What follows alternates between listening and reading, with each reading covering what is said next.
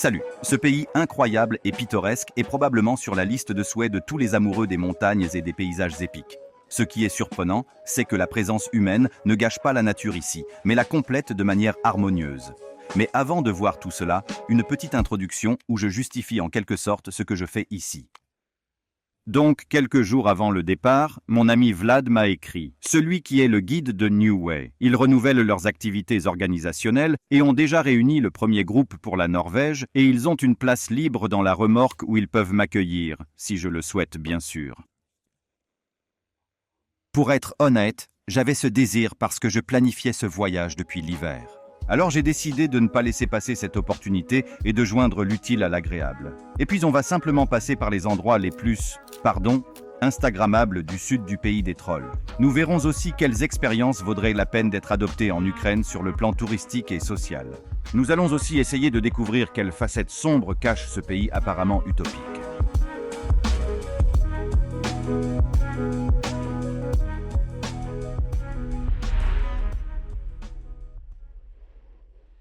Eh bien, d'abord un petit montage du voyage sur la façon dont je suis arrivé ici. Donc, je suis parti de Lviv et je suis arrivé à Poznań après 15 heures à regarder par la fenêtre du bus où Vlad m'attendait déjà avec un camping-car loué. D'ailleurs, Vlad a loué ce camping-car en Pologne non pas pour économiser de l'argent ou autre, mais parce qu'en haute saison, il n'y avait pas un seul camping-car à louer ni en Norvège, ni au Danemark, ni en Suède, ni même en Allemagne. La Pologne s'est donc avérée être la seule option. Son intérieur était identique à celui de notre voyage en Islande. Donc si tu veux voir à quoi ça ressemble à l'intérieur, regarde cette vidéo. De Poznań, nous sommes allés vers le nord en direction de l'Allemagne, et le principal souvenir est que les routes étaient d'une qualité telle qu'on pouvait travailler tranquillement sur son ordinateur et ne pas remarquer le temps passé. Toutes ces autoroutes se ressemblent sur des centaines de kilomètres, comme si quelqu'un dans SimCity avait simplement fait copier-coller. Donc, après une demi-journée de conduite à travers les mêmes paysages, nous avons décidé de nous arrêter quelque part pour la nuit et avons choisi un camping au bord de la mer Baltique. C'était un samedi et il y avait plein de camping-cars. L'Allemagne est l'un des leaders mondiaux en termes de leur possession. Ils viennent ici avec des caisses de bière et probablement ils regardent simplement la mer Baltique. Parce que je ne peux pas imaginer ce que d'autres on pourrait faire ici. Le matin, nous sommes partis au Danemark, et juste à l'entrée, nous avons été accueillis non pas par un magasin Lego, comme nous aurions pu l'imaginer, mais par un sex shop discount. C'est un fait aléatoire. Et dans le premier supermarché, nous avons réalisé que les légendes sur les prix astronomiques en Scandinavie ne sont pas tout à fait des légendes. Mon plus grand choc culturel a été des cerises à 170 couronnes par kilogramme. Cela ne concerne pas seulement les produits alimentaires. Si vous prévoyez de venir acheter des vêtements de sport ici, ce n'est pas la meilleure idée. Car ici en Norvège, dans la ville d'Oda par exemple, les t-shirts commencent à un prix réduit de 30 $. Il vaut donc mieux le faire quelque part en chemin. Par exemple, nous nous sommes arrêtés à Decathlon en Pologne. Nous y avons acheté des vêtements de pluie pour le temps ici. Nous parlerons encore des prix et de la météo dans ce film. Et jusqu'à présent, nous avons voyagé du sud au nord du Danemark. Nous avons passé la nuit dans la ville portuaire de Hirtshals et le matin nous avons pris le ferry pour la Norvège. À bord, ce qui m'a le plus surpris, ce sont les cabines luxueuses. Pas l'air de jeu au pont central, mais cette chambre-là. C'est une cabine séparée pour les chiens, et à en juger par l'apparence de la clôture autour, cela a été conçu pour que le navire puisse avoir une aire d'atterrissage pour hélicoptère.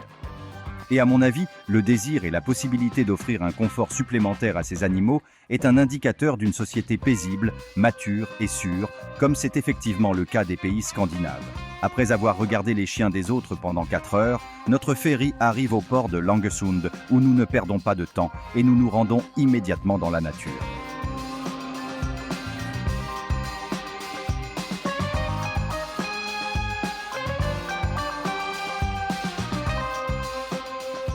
Contrairement aux autoroutes polono-allemandes, toutes ces forêts, rochers et lacs autour de nous sont extrêmement agréables à regarder. Mais nous devrons encore attendre tous ces plaisirs. Pour l'instant, nous arrivons au premier poste de contrôle norvégien. Et c'est ainsi que j'ai fini par passer 2 jours en voyage avec Vlad et son groupe dans ce beau camping presque complet, même si demain c'est lundi.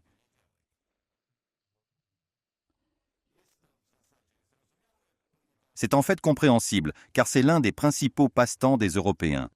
Le week-end, ils n'ont pas besoin de rester sur le canapé ou d'aller au restaurant, car ils ont ce confort toute la semaine. Et pendant le week-end, ils veulent aller se promener quelque part, prendre l'air et faire un barbecue dans la nature.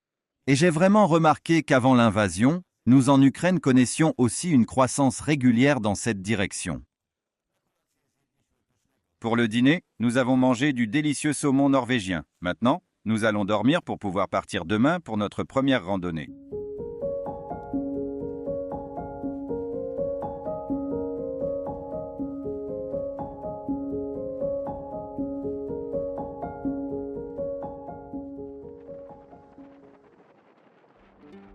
En Norvège, il y a très peu de routes simples à plusieurs voies, car détruire toutes les roches pour construire des routes et des tunnels est un véritable défi d'ingénierie.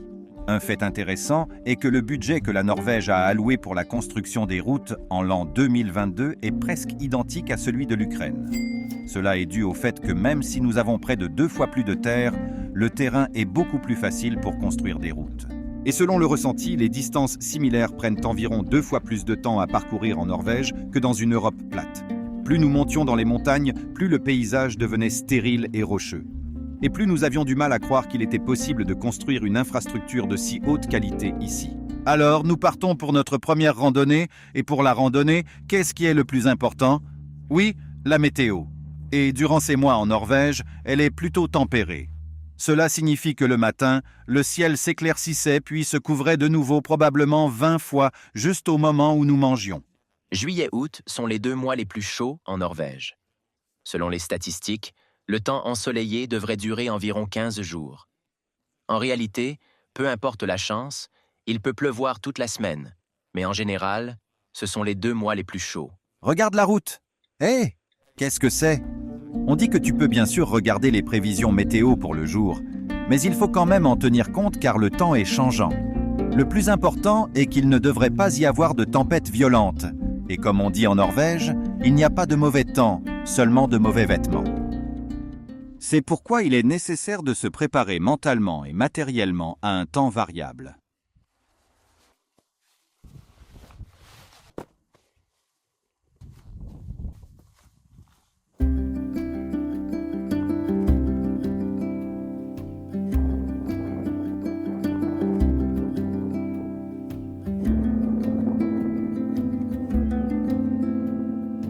La première randonnée de ce voyage est directement sur la montagne légendaire Kirak. Elle est considérée comme l'un des plus beaux sentiers de toute la Scandinavie. Et apparemment, pour ne pas gâcher cela pour tout le monde, de tels panneaux sont partout ici. C'est pourquoi, au lieu de voler, je vais rendre l'atmosphère d'ascension de manière plus traditionnelle. Pour que vous compreniez bien mon sacrifice, il y a une caméra là-bas, elle est là, je descends, je retourne là-bas, et maintenant j'ai l'intention. Je veux la prendre. Tout cela pour le contenu. Mais je ne voudrais pas parler ici de la création de contenu en conditions montagneuses.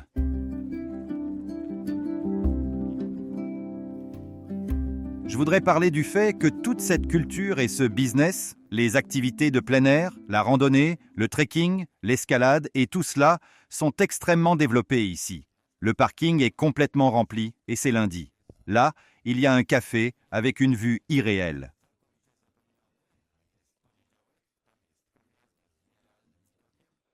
Vous pouvez acheter des vêtements pratiques partout, et les Norvégiens ne vont pas en montagne en short et en basket qui sont habituellement si populaires.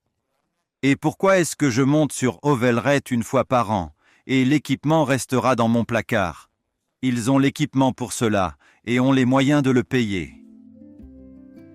Marcher sur un chemin aussi caillouteux que Kirak avec des chaussures sans bloqueur de pied et semelles adhérentes n'est pas seulement mauvais pour eux, mais vraiment dangereux. Car la moindre pluie soudaine et on peut dévaler comme dans un parc aquatique. C'est pourquoi tout le monde que j'ai vu en chemin était habillé de manière appropriée. Même certains chiens qu'ils emmènent avec eux pour profiter du paysage local.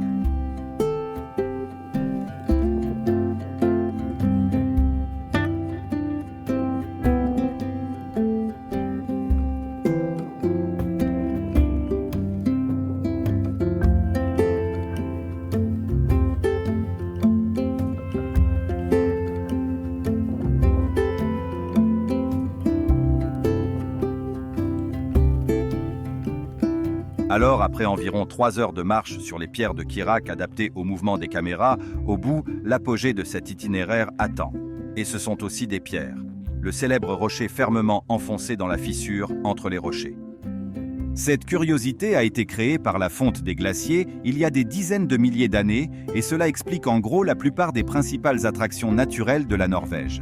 Et le devoir sacré d'Instagram de chaque personne qui vient ici est de se faufiler derrière la pierre et de prendre une photo. Ce n'est pas vraiment effrayant si vous ne regardez pas en bas.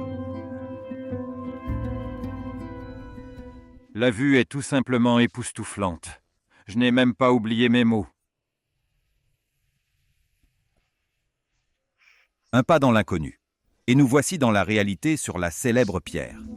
Pour obtenir les meilleurs résultats photographiques, il ne faut pas oublier de chasser les autres touristes du cadre et d'avoir l'air aussi détendu que possible. Comme s'il n'y avait pas de gouffre d'un demi-kilomètre sous vous.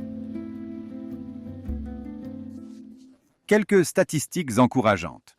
Tout au long de l'histoire des visites touristiques sur ce rocher, au moins celles enregistrées, il n'y a eu aucune victime.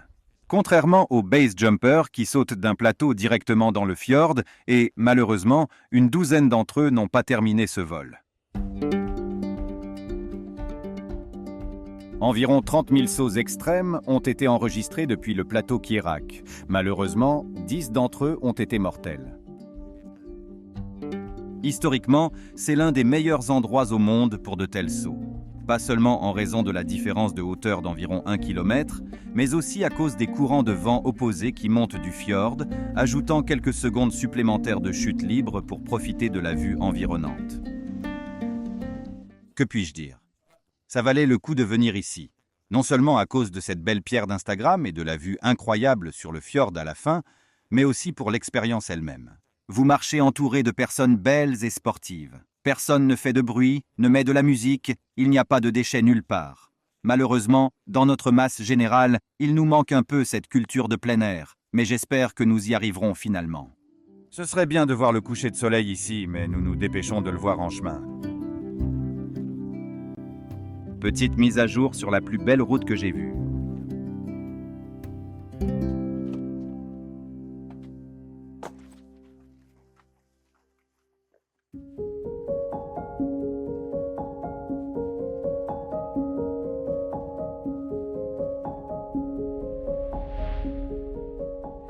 Cette route sinueuse fait 36 km de long et a 27 virages serrés qui, avec les fjords et les montagnes, ressemblent à une carte postale de la Norvège.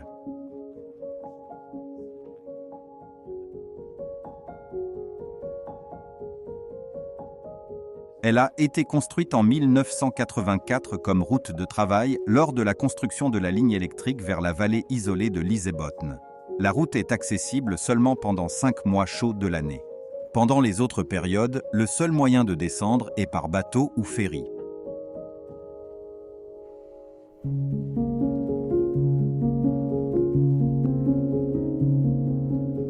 Dans le petit village de Lysebotn, juste au bord du Lysefjord, se trouve un camping incroyablement confortable et pittoresque. Il est entouré de montagnes sur 3 côtés, d'où des cascades tombent, et par beau temps, les parapentistes atterrissent directement sur le terrain de camping. Pour ceux qui sont fatigués après la randonnée, il y a un restaurant confortable, mais après avoir vu les prix sur le menu, nous avons trouvé la force de cuisiner le dîner nous-mêmes. Et c'était la fin de notre 2e jour en Norvège.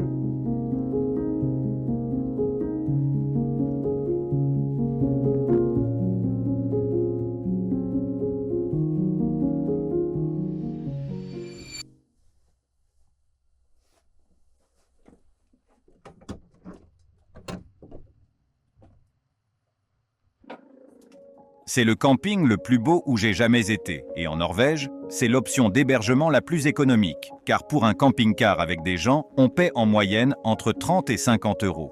Et en général, nous avons eu la chance de pouvoir nous arrêter ici. Car, officiellement, le camping était complet. Mais nous avons réussi à trouver un coin, passer la nuit et repartir le matin pour continuer notre route.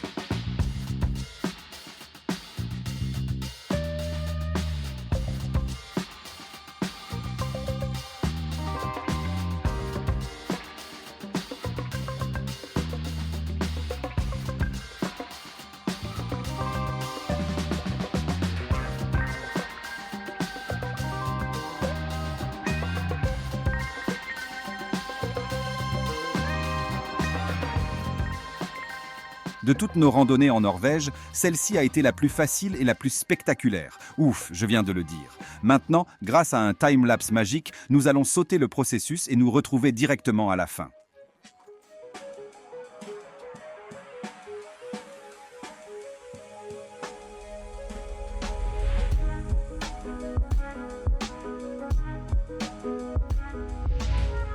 Donc, nous avons atteint le célèbre Preikestolen, une section de roche presque parfaitement formée, 25 par 25 mètres. À la fin du 19e siècle, un voyageur local l'a vu en nageant dans le fjord et a décidé de venir ici. Ensuite, son esprit créatif l'a appelé Bunker Tessera. Mais la communauté touristique locale a décidé de donner à cet endroit un nom plus représentatif. C'est pourquoi apparaît en réalité Preikestolen, c'est-à-dire la chaire ou le pupitre. En passant, les drones sont également interdits ici, mais c'est plus indulgent. Vous ne pouvez pas voler à côté de ce point pour ne pas déranger les nombreuses personnes qui s'y amusent. Mais un demi-kilomètre plus loin, pourquoi ne pas décoller? Environ 200 000 touristes viennent ici chaque année, et les jours de soleil, un véritable mini-festival se déroule sur ce plateau. Mais tout se passe calmement, à l'européenne, et chacun obtient ce pourquoi il est venu. Conformément aux meilleures traditions d'Instagram, il est temps de trouver le meilleur endroit pour une photo. Mais ce que j'ai le plus retenu, ce n'est ni le lieu lui-même, ni la file d'attente, ni même la météo avec laquelle nous avons eu beaucoup de chance, mais un petit détail sur la route. Dans un lieu où se croisent de nombreux visiteurs, l'ancienne barrière a été délibérément déplacée de 30 cm afin de permettre aux personnes de passer plus facilement et naturellement. Ce changement apparemment insignifiant témoigne d'une grande attention portée aux détails. Ce sont précisément ces solutions qui nous permettent d'améliorer l'orientation des visiteurs.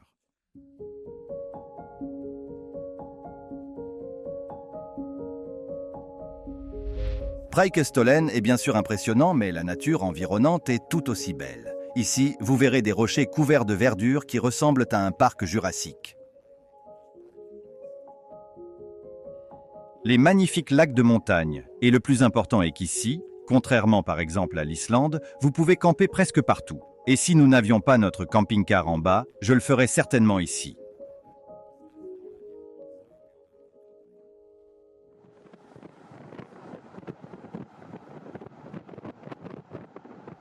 Pendant ce voyage, on m'a souvent demandé ce que je préfère, l'Islande ou la Norvège.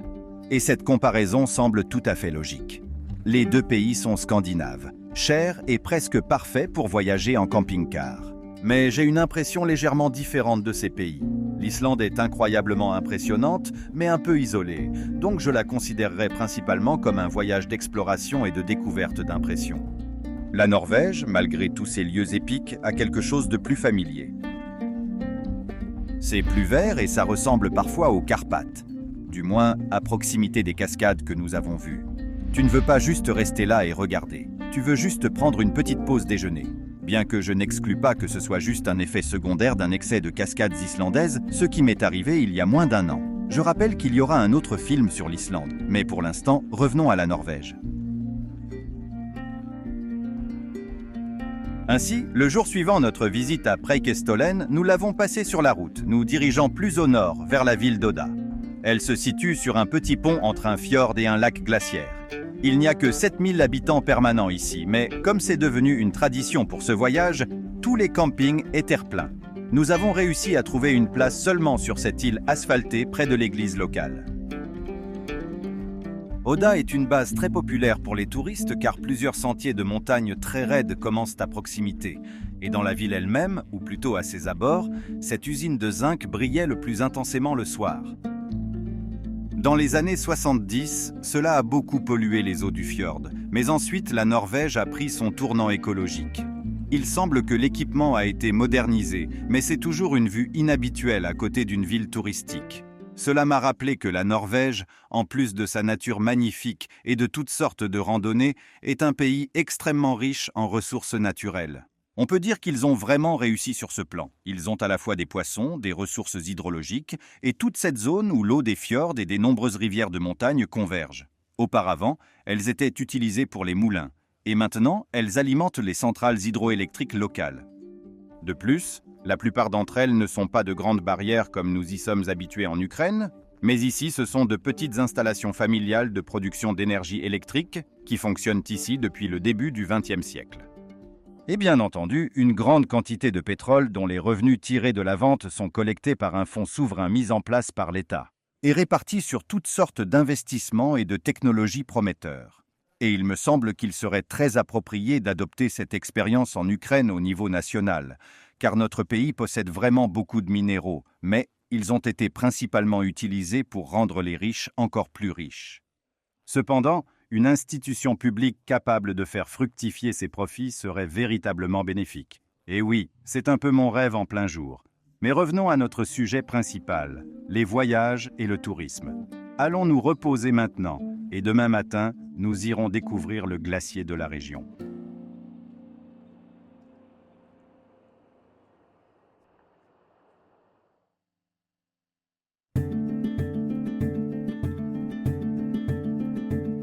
Le ciel du matin ne nous donnait pas beaucoup d'espoir de pouvoir voir quelque chose, mais nous avons quand même décidé d'essayer. Avant de commencer la route, nous avons été pris en charge par un couple de touristes français sympathiques dans leur van à 4 roues motrices. L'approche a commencé par un chemin fait de boue et de bouse de vaches. En chemin, nous avons rencontré des éleveurs de très belles vaches écossaises de race Highland qui se sentent très bien dans les montagnes norvégiennes. Pour ces citadins qui ont vu une vache pour la première fois. Ensuite, la boue s'est transformée en pierres glissantes et humides et de nombreux ponts sur les sources de montagne.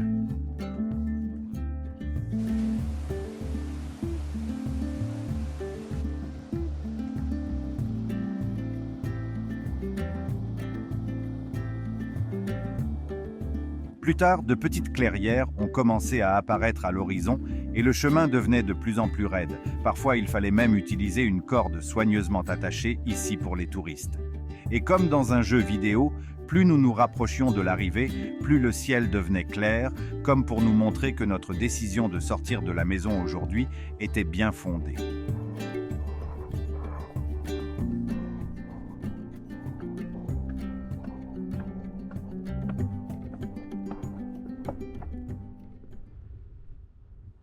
Et ainsi, après un long voyage, nous sommes enfin arrivés heureux et satisfaits.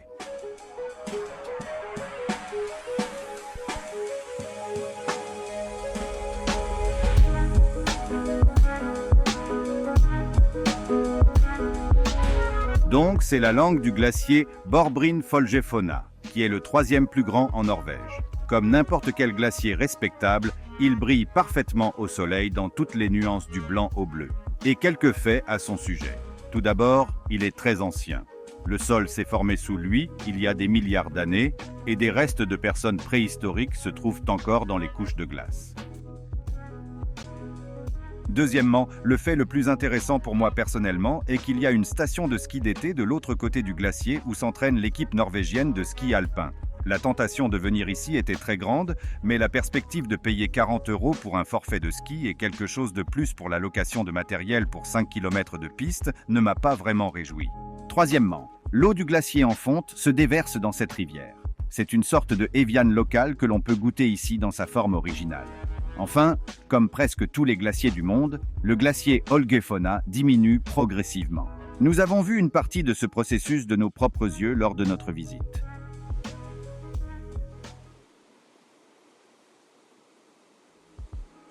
Il semblerait que ce ne soit qu'une goutte d'eau dans l'océan pour quelque chose d'aussi grand, mais c'est ainsi que Borbrinn apparaissait il y a moins de 100 ans comparé à son état actuel, et on ne sait pas sous quelle forme il survivra pour les générations futures. Profitons-en tant que nous le pouvons encore. Le glacier est absolument magnifique et j'aimerais en dire un peu plus sur ce que j'ai vu là-bas. C'est un parc national, mais il y a un peu de développement touristique devant. Des hôtels ont été construits, lesquels, selon les autorités, n'étaient pas là il y a 2 ans. Routes, parkings et tout le reste. C'est un peu en chantier. Il y a de l'équipement de construction quelque part. En bref, ça ressemble un peu à l'ambiance Dragobrati, mais je suis sûr qu'aucun d'eux n'osera s'avancer d'1 mètre dans le parc national, car premièrement, ils se feront réprimander sévèrement, et deuxièmement, ce n'est pas ainsi que les choses se font ici. Et je pense qu'une telle attitude envers les choses et, bien sûr, une telle résolution des affaires devrait également être adoptée chez nous, en Ukraine. Maintenant, je vais descendre, me reposer un peu parce que demain, nous avons probablement le trajet le plus important de tout ce voyage.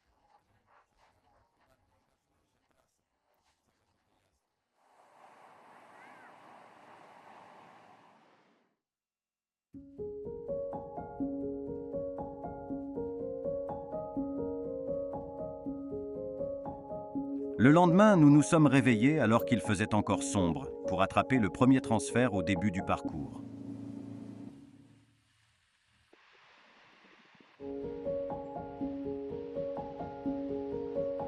En gros, j'ai installé la caméra en mode confiant. Je me suis dit, allez, que ça commence. Et là, nous avons une autre barrière. Donc, ce bout de terre appartient à un gars qui a construit une route ici à la place du téléphérique qui ne fonctionne plus depuis longtemps et il a décidé de gagner un peu d'argent en emmenant les touristes sur 3 ou 4 kilomètres supplémentaires au lieu de monter à pied. C'est un exemple de capitalisme touristique utile. Personne ne veut perdre de temps et d'énergie sur cette partie de l'ascension, donc presque tout le monde est content de payer 8 € pour raccourcir ce tronçon, parce qu'il y a encore presque 14 kilomètres à faire dans un seul sens.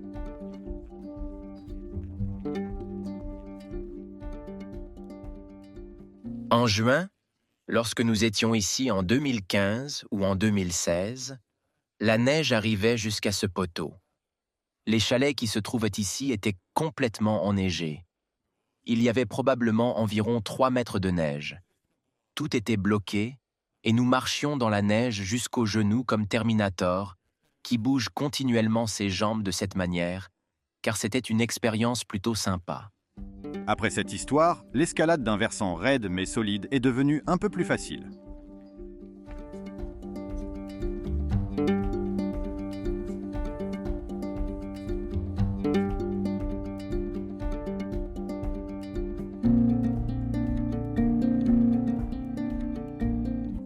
Mon premier vol en drone et je me suis immédiatement retrouvé à la traîne derrière notre groupe.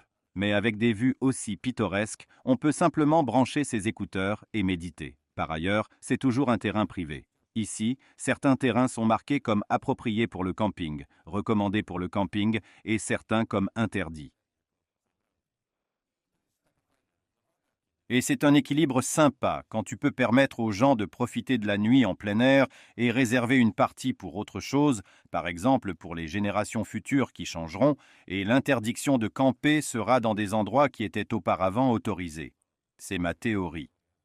Il est possible de choisir ici des emplacements vraiment sympas pour les tentes, mais s'il y a une journée ensoleillée, il est préférable de se réfugier à l'intérieur car il fera inconfortablement chaud et on ne trouvera presque pas d'ombre ici. Certaines personnes viennent ici pour des randonnées de plusieurs jours, mais à mon avis, même une seule journée suffit pour profiter pleinement de ce parcours.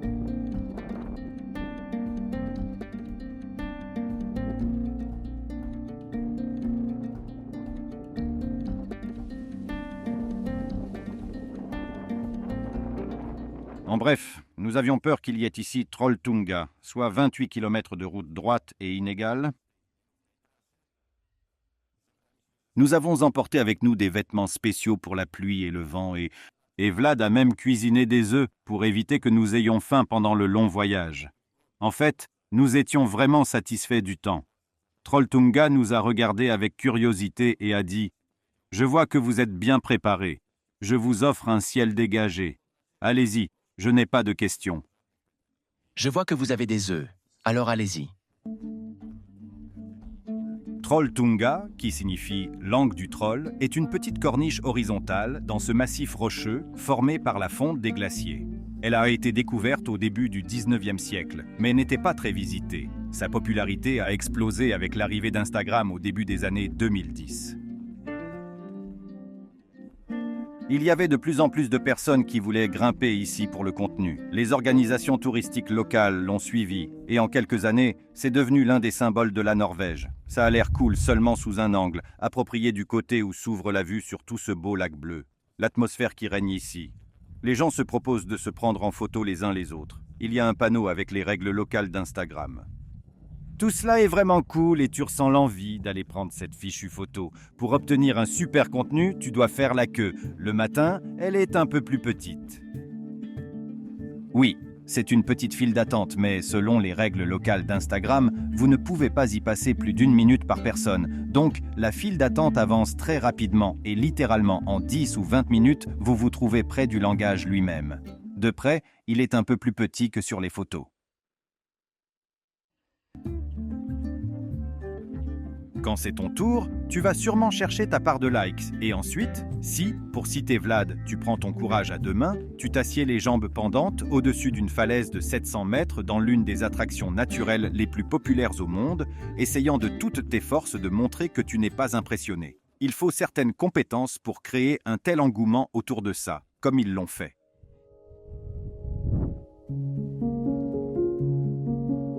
Ainsi, l'expérience de Trolltung montre à quel point les réseaux sociaux peuvent fortement influencer la fréquentation de certains lieux. Et selon moi, après la victoire et la reconstruction, il vaudra la peine pour l'Ukraine d'investir dans le développement et l'amélioration de l'infrastructure de nos lieux magnifiques, afin que les étrangers, qui viendront probablement chez nous, associer l'Ukraine non pas à la guerre, mais à notre nature extraordinaire, qui dans certains endroits peut même être confondue avec la nature norvégienne.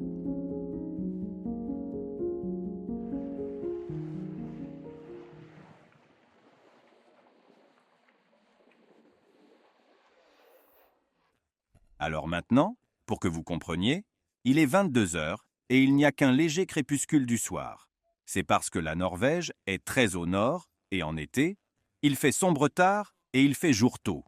Et c'est génial pour les voyages d'été, car vous pouvez faire beaucoup en une seule journée. Par exemple, aujourd'hui, nous nous sommes réveillés très calmement et sommes allés à la vallée de la Cascade.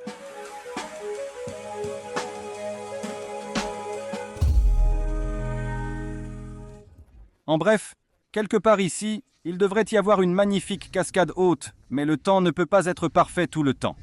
Considérez cela comme le prix à payer pour les journées ensoleillées précédentes. Nous sommes maintenant arrivés à notre prochain campement où nous nous détendons, profitons de la vue sur le fjord et mangeons du saumon local à bon prix.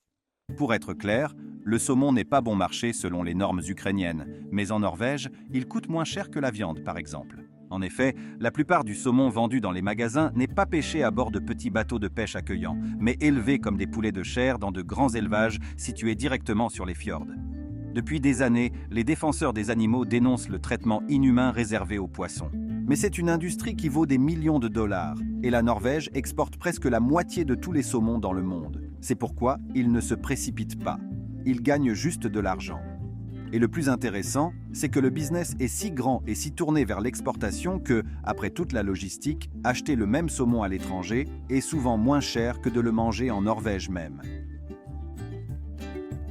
Ce pays n'est pas si bon marché. Voici combien nous avons dépensé par personne pendant la semaine de ce voyage, et c'est presque l'option la plus économique. Quant à vivre dans ce pays, bien que je n'y ai passé que 2 semaines et uniquement dans le sud, j'ai été extrêmement impressionné que même dans les petites villes, il y ait toute l'infrastructure nécessaire, y compris pour faire du vélo.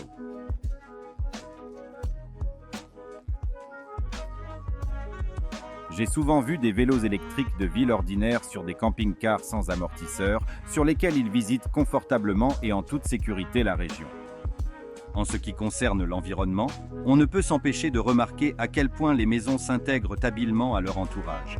C'est l'un des principes de l'architecture locale que l'on tente de reproduire dans le monde entier. Ne pas éclipser la nature, mais au contraire, la compléter. Ces maisons en bois avec des toits en herbe sont tout simplement d'une beauté indescriptible, surtout lorsqu'elles se tiennent côte à côte. Vu d'en haut, c'est comme une image utopique d'un avenir européen heureux. Une telle vue se dégage également dans les villes norvégiennes. À bien des égards, elles sont devenues pour moi des exemples de minimalisme architectural, de transport public efficace et d'autres formes d'urbanisme. Mais bien sûr, les villes et la société norvégienne ont leurs propres nuances. Nous en parlerons dans la deuxième partie. Nous visiterons plusieurs villes en Norvège et parlerons avec des gens qui ont déménagé dans ce pays avant et après l'invasion et y ont passé toute leur vie. Merci beaucoup d'avoir regardé. N'oubliez pas de partager, commenter, liker en hommage à l'algorithme de YouTube. Bien sûr, abonnez-vous pour ne pas manquer la deuxième partie. Et comme toujours, à bientôt.